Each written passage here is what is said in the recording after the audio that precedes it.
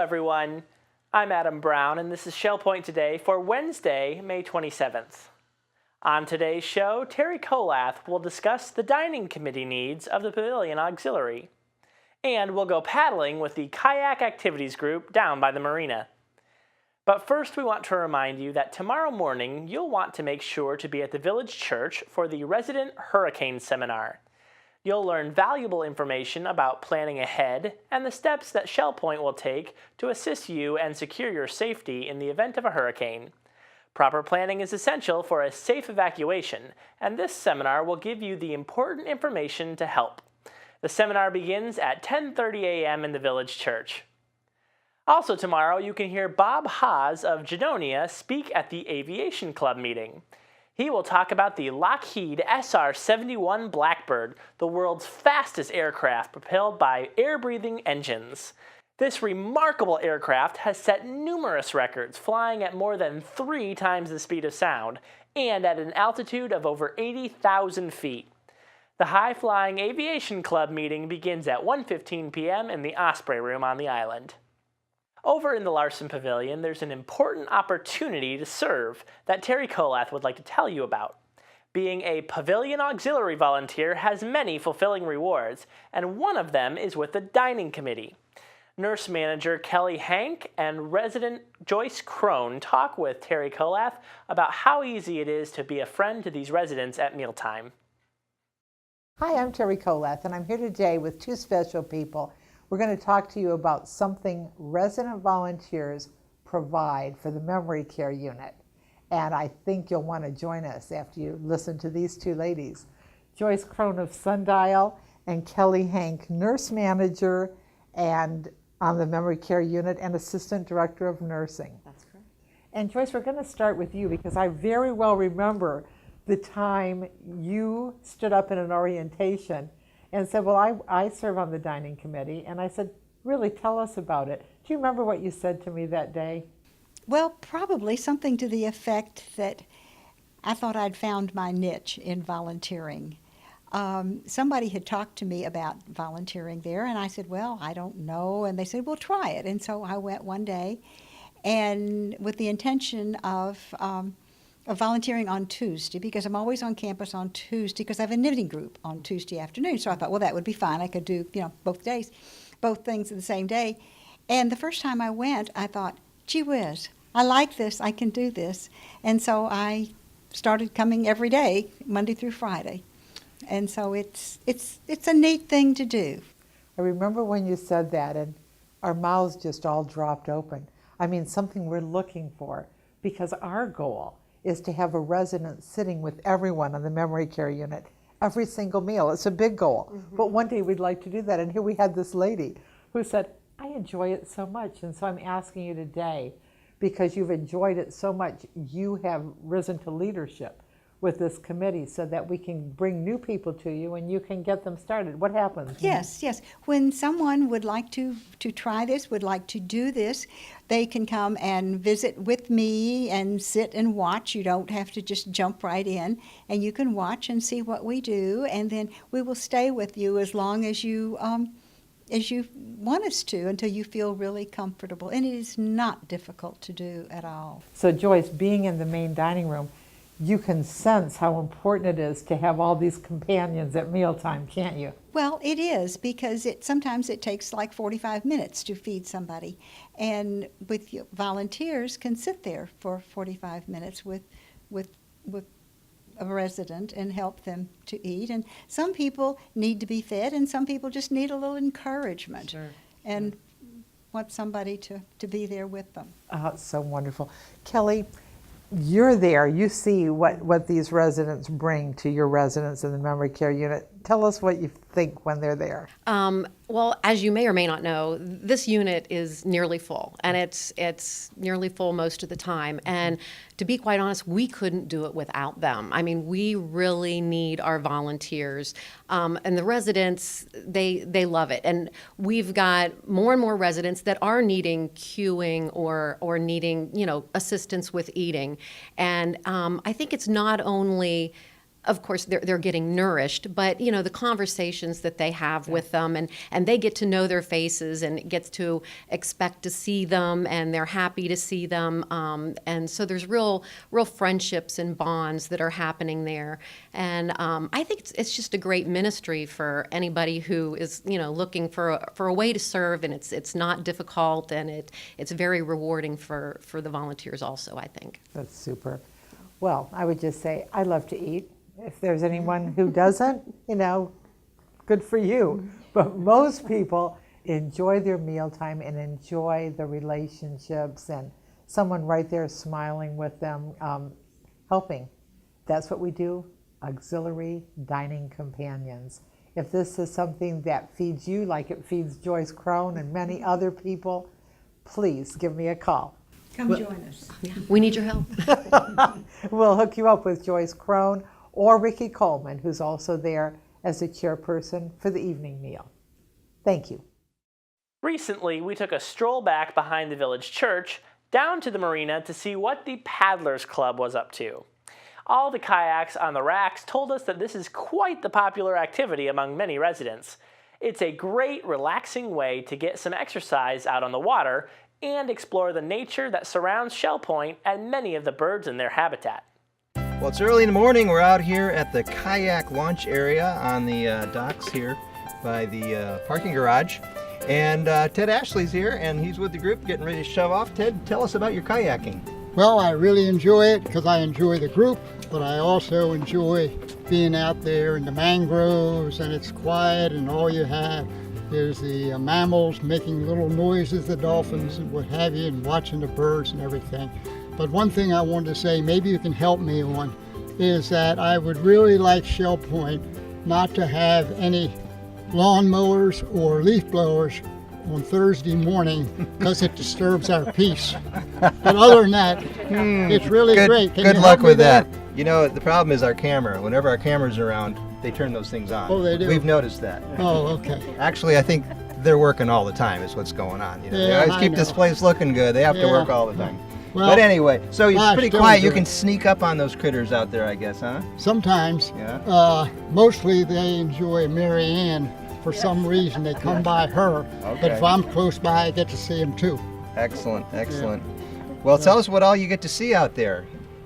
What kind of birds? Started, it was brown birds, white birds, and black birds. But now I know that they're egrets and blue herons and a few others like that. So it's quite an And- educational thing Yep, to be out that's there. it. And you learn all your flora and fauna, huh? Sure, and we watch the mullet jumping, and we always like it when we see dolphins and manatees. Well, terrific. Yep. So how far do you think you're going to go today? It's a beautiful morning. I have no idea, but we generally go between 2.5 to 3.5 miles, and as much as 5 miles sometimes. All right. Well, great. Well, be safe out there and enjoy your beautiful morning. Okay, thank you. We've got a variation on the theme here with a two-person kayak. So, Chris, tell us about this thing. Well, this is a native watercraft. It's a tandem kayak, a tandem sit on top. Very comfortable as far as seating is concerned. It's a very nice way to work. At one time, I was told that they were more known as divorce makers, but I haven't found that to be a situation yet. It's a great kayak. It's heavy and it's very stable. You don't have any problem with falling over. The only complaint I have about it, and I know I'm going to pay for this big time, but every now and then my front motor doesn't work as well as it should. And sometimes the front motor is doing more observing than working. Well, it looks like you've got the great view up here up front. Oh, I love this. This works great because I can sit and look at things and we still move forward somehow. It's I enjoy it. amazing how that works. Yeah, so I really enjoy it. But we originally got this kayak because I had broken my arm, so I was weak. Mm-hmm. But then I decided I really liked it, so we've kept it. It's good. Well, terrific. So tell me a little bit about this kayak group. How long has this been going on? Well, I started in 2007, and it had started some time before that, not much, but it's been a good thing for me. Exercise, you know, and just being able to commune with nature and observe everything that you can't see, even from a boat. We get places, of course, that boats can't get. We even get sometimes stranded and have to get out and walk. So it seems like I see the kayak racks seem to be getting fuller over the years. It seems like you got more and more people involved. Oh yeah, they've added racks and it's a lot of people are interested. Some don't make it out very often, but we have a regular group, and in good weather we can get a good sized group of 13 or more. It just seems like a wonderful way to just get out on the water, enjoy the beautiful weather, and see some great. And I guess you can, because it's quiet, it doesn't disturb the animals so much. You can get closer. Yeah, that's for sure. We have manatee that can come up so close that we startle them and they give us a bath, or we have the dolphins that'll escort us out or back in. And we've had the mullets jump into a kayak as we went by out on the lake. So there's all kinds of things that happen just depending on where you are and what you're doing. Well, terrific. Well, enjoy your morning out there. Be safe, and I'll do that. See you when you get back.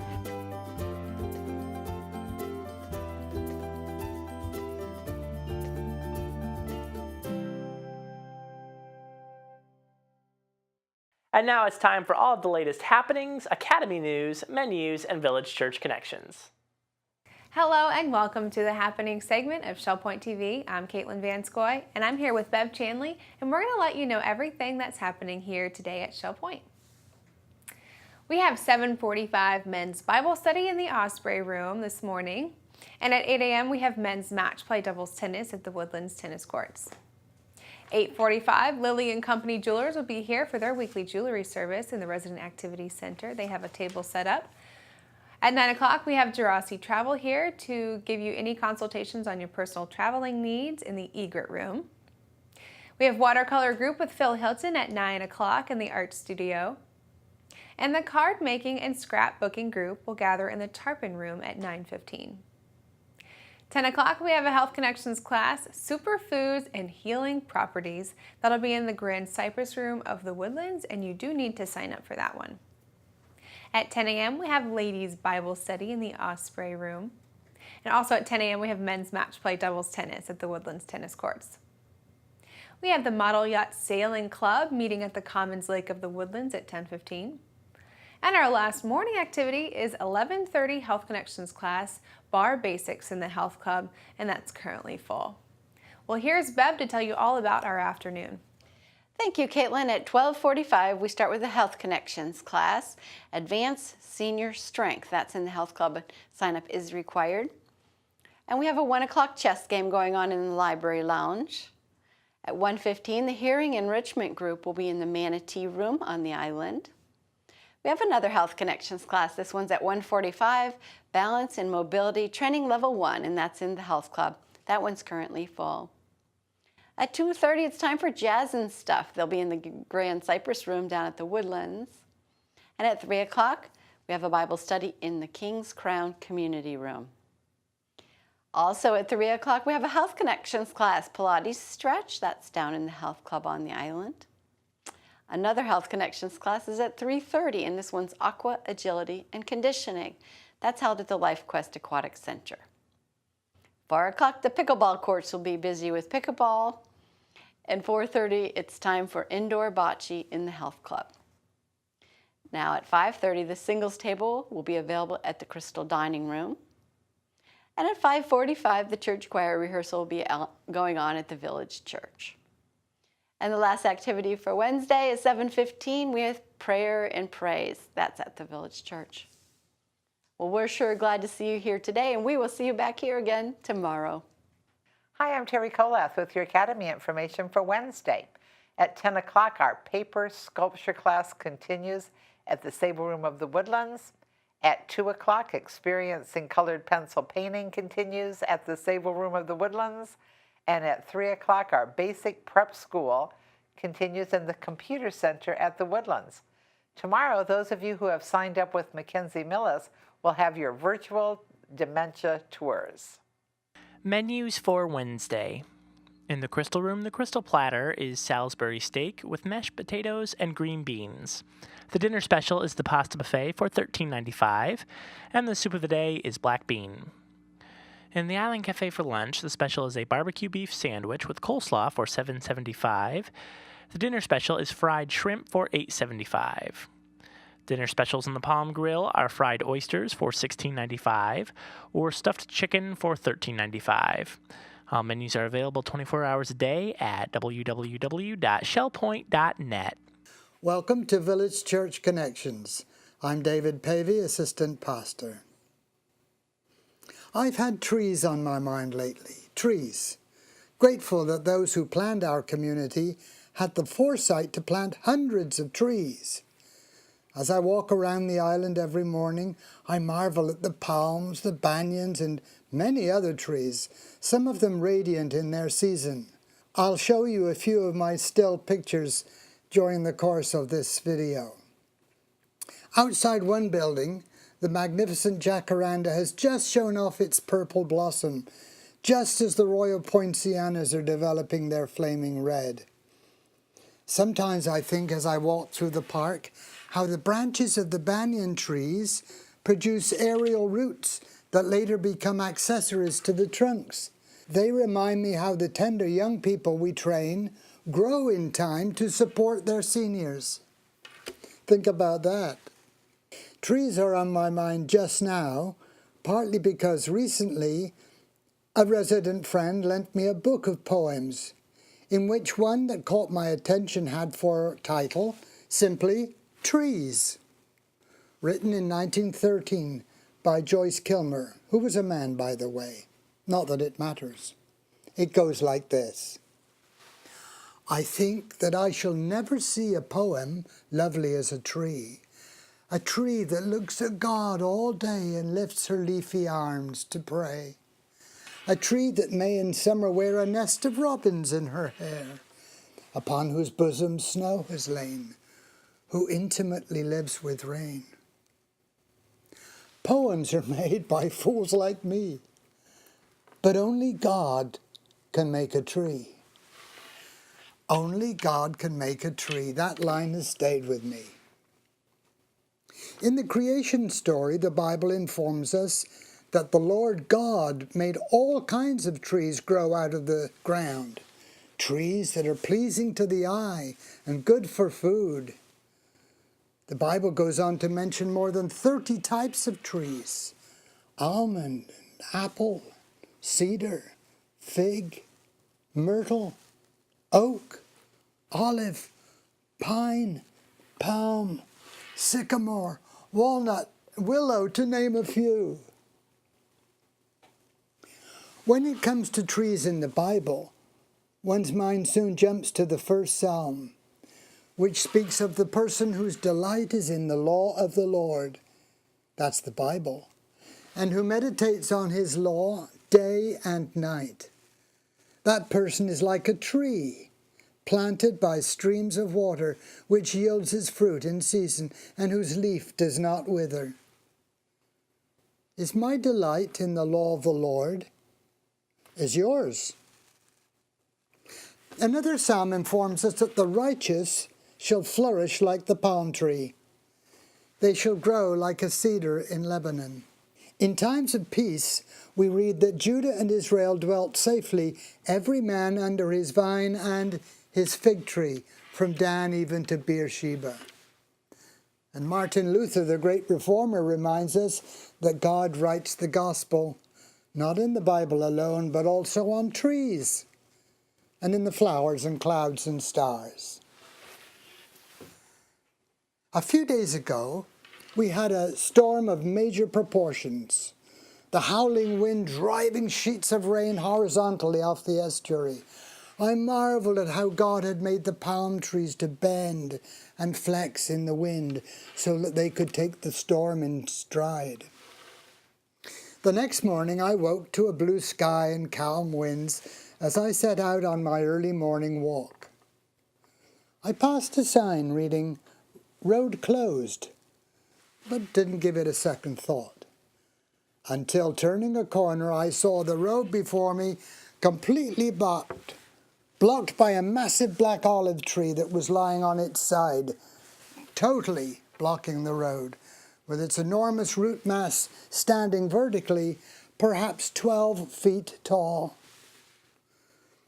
It was a tragic sight that touched me emotionally, frankly, because there was something pitiful about this majestic old tree being ripped from its moorings. I took photos and continued my walk. At noon I passed that way again to see workmen with a large truck and a mechanical claw rapidly disposing of the foliage and the branches. I couldn't resist. Late afternoon I drove the golf cart home via the downed tree. The road closed sign was gone and the road was clear, but to my amazement, the huge trunk of the fallen black olive tree was now standing vertically like a proud pillar, having been carefully replaced in the massive hole it had created.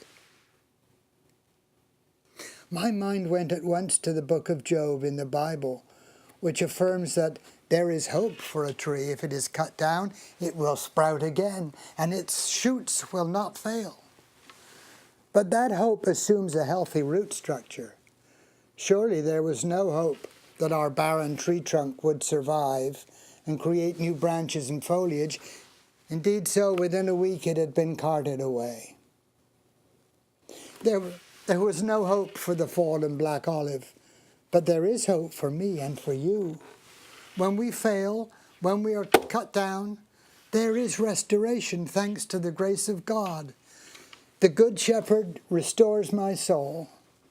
He may empty my home, scatter my friends, and weaken my body, but he restores my soul. There is hope for a tree. Looking at that vertical tree trunk every day for the week it was still standing, I pictured in my mind's eye a crossbar and the Son of God giving up his life on a tree that he himself had created. Think about it. In order to make it possible for me to be reconciled with God. The Apostle Paul put it this way: Christ has redeemed us from the curse of the law. That's the Mosaic law. Being made a curse for us. For it is written, cursed is everyone who hangs on a tree. It was on a tree that Jesus, the Lamb of God, died as our substitutionary sacrifice so that we might have eternal life through faith. So, only God can make a tree. And the good news is that because of what happened on Calvary's tree, there is hope today for you and for me. And thank you for tuning in to Village Church Connections. Thanks for joining us today. Return again tomorrow as we get a visit from Jeff Corey and Mary Moore to tell us what's new with the Legacy Foundation. We'll show you some photos from the recent Mother's Day tea and fashion show, and Greg Pindara will tell us about the new summer dining options over at the Crystal. Until then, this has been Shell Point Today for Wednesday, May 27th. I'm Adam Brown, and from all of us here at Shell Point TV, we hope you have a wonderful rest of your day, and we'll see you again tomorrow.